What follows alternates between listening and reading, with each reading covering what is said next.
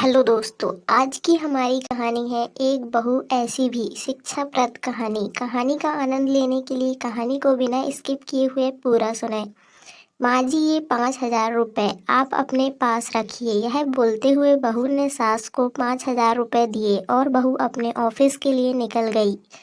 सास का एकदम से गला भराया, भरे गले से बोली, बेटी मुझे इतने पैसे का क्या काम है। माँ जी, 1 महीना हुआ है हमें इस नए घर में आए।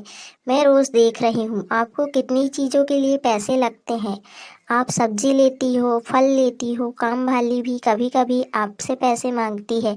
आप रोज़ सामने वाले गार्डन में घूमने जाती हो। आपका कुछ ना कुछ खाने का मन हुआ या कुछ खरीदने का मन हुआ तो आप ये 5,000 रुपये अपने पास रखिए। सास चेहरे पे मुस्कुराहट लाते हुए बोली, पेंशन के पैसे रहते हैं मेरे पास। इस पर बहू बोली, माँ जी आप गार्डन में जाती हो, वहाँ आप फ्रेंड्स बनाएं। कभी मन हुआ तो पिक्चर देखने जाएं, पार्टी दो, पार्टी करो, अपनी ज़िंदगी खुलकर जियो माँ जी।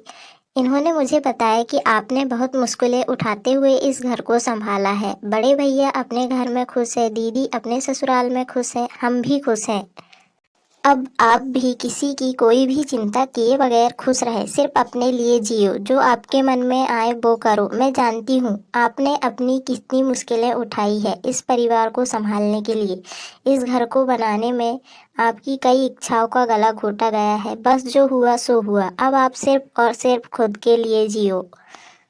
बेटी, इतनी छोटी सी उम्र में इतनी बड़ी बड़ी बातें कहाँ से सीखी तूने।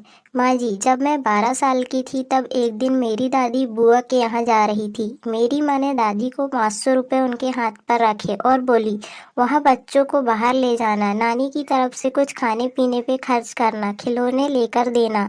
दादी मम्मी के गले लगकर रोने लग गई और मैंने इतने पैसे आज तक कभी दिल खोलकर खर्च किए ही नहीं, ऐसा बोलने लगी।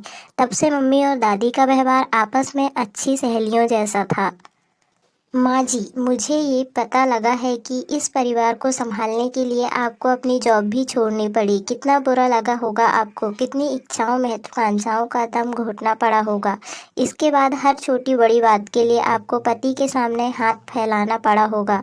तब पति भी उपकार किए जैसे पैसे दिए करते थे। माँ जी, आज से आप आपकी पेंशन को खर्च ना करें। पेंशन के पैसे अपने पास ही रहने दीजिएगा। अगर मुझे कभी आवश्यकता लगी तो मैं आपसे मांग लूँगी। बस बेटी, सब कुछ आज ही बोलेगी क्या? तुझे ऑफिस में देर हो रही है, जल्दी जा। मुझे बोलने दो माँ जी, यह भी मैं अपनी खुशी के लिए ही कर रही हूँ। मेरी माँ हमेशा कहती है कि 23-24 घंटे घर में काम करने वाली महिला को कोई समझता ही नहीं, लेकिन तुम अपनी सास की मेहनत को ध्यान में रखना। प्यार बोगी तो प्यार ही उगेगा। सास ने डबडबाई आंख से बहू को गले लगाया और आंखों से ओझल न होने तक तब तक दरवाजे में ही खड़ी रही। बहू के आने पर मैं इस घर की चारदीवारी में बंद के रह जाऊंगी, ऐसा सोचा था। पर बेटी, तूने तो दरवाजा खोलकर मुझे बाहर का आसमान दिखा दिया। सीख, किसी की बेटी हमारे घर की बहू है और हमारी बेटी किसी के घर की बहू है। हमारी बेटी के पास वही लौट कर जाने वाला है जो व्यवहार हम अपनी बहू के साथ करेंगे। इसलिए बहू को बहू न समझकर बेटी समझो। वह भी आपको अपने माँ बाप के जैसा प्यार और सम्मान देगी।